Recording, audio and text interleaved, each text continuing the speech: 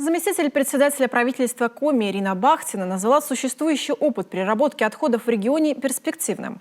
Она посетила предприятие по производству нетканых материалов из ПЭТ-бутылок. Компания перерабатывает огромный объем отработанного пластика, однако парадокс в том, что практически все вторсырье выступает из регионов и даже других стран. В Коми раздельным накоплением мусора пока что занимаются только самые продвинутые. Ольга Коняева свой мусор сортирует еще на кухне. 50 видов продукции, 7 сотен потребителей в России и за ее пределами. Сыктывкарское предприятие – один из лидеров по производству нетканых материалов и синтетических волокон в стране. Но важнее другое – здесь принимают и перерабатывают вторсырье. 30 тысяч тонн пластиковых бутылок в год или в перерасчете на фуры 1500 большегрузных машин. По региональным меркам это огромные объемы. Однако проблема в том, что предприятию приходится покупать отходы из-за пределов Коми, а в нашей республике мусорные горы продолжают расти. От 30 тысяч тонн сырья 35% мы получаем с Тюменской области, 20% Самарская область и 18% это Москва и Московская область. 11% это импорт. Даже макулатура и пластик, перерабатываемые в Коми, попадают в общую мусорную кучу. Страдает раздельный сбор на бытовом уровне, то есть еще в квартирах. Крайне мало площадок с цветными контейнерами, всего около 400 на всю республику. В итоге сортируется в Коми только 3% от всего объема мусора. А 4 муниципалитета даже не начали внедрять раздельный сбор. Это Книжпогосский, Ударский, Троицко-Печорский, Кайгородский районы. Наш замечательный город Сыктывкар, который вошел в систему раздельного накопления с 2015 года, к сожалению, инфраструктура только в 15% контейнерных площадок.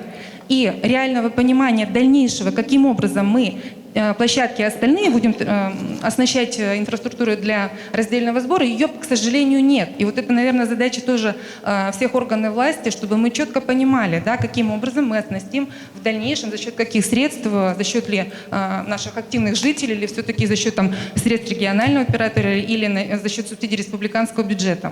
Остальное, порядка 300 тысяч тонн смешанных отходов, везут на полигоны. В Коми это чаще исторически сложившиеся свалки. И главный вопрос даже не о размерах, а о содержании мусорных пирамид.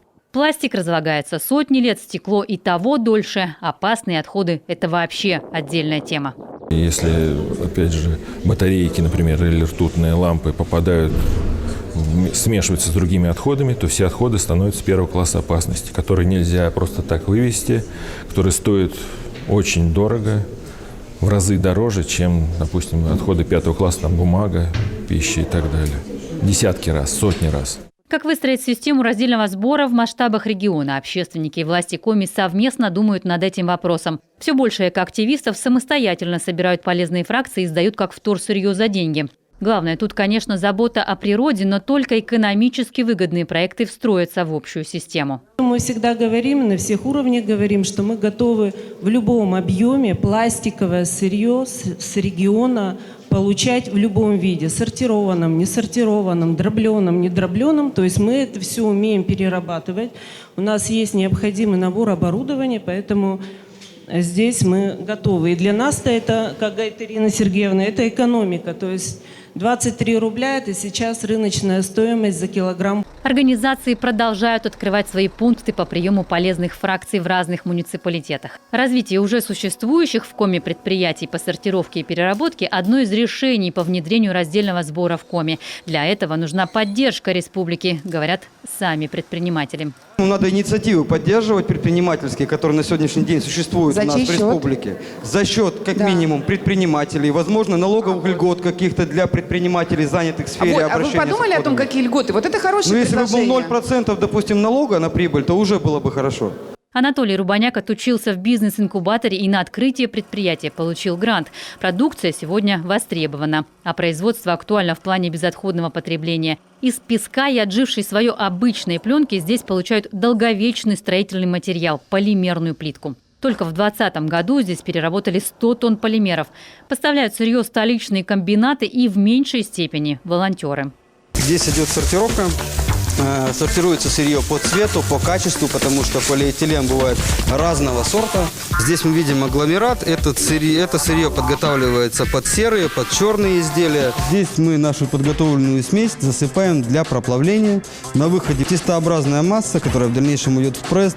Максимально перерабатывать отходы, а не отправлять на полигоны. Сейчас это главная цель, и работа идет по всем фронтам. Сейчас правительство Коми ведет переговоры с крупной компанией в другом регионе по приему на переработку нашего стекла. Отдельный вопрос – стимулирование местных производителей использовать экологичную и пригодную для переработки упаковку. Успех в деле даст и экопросвещение.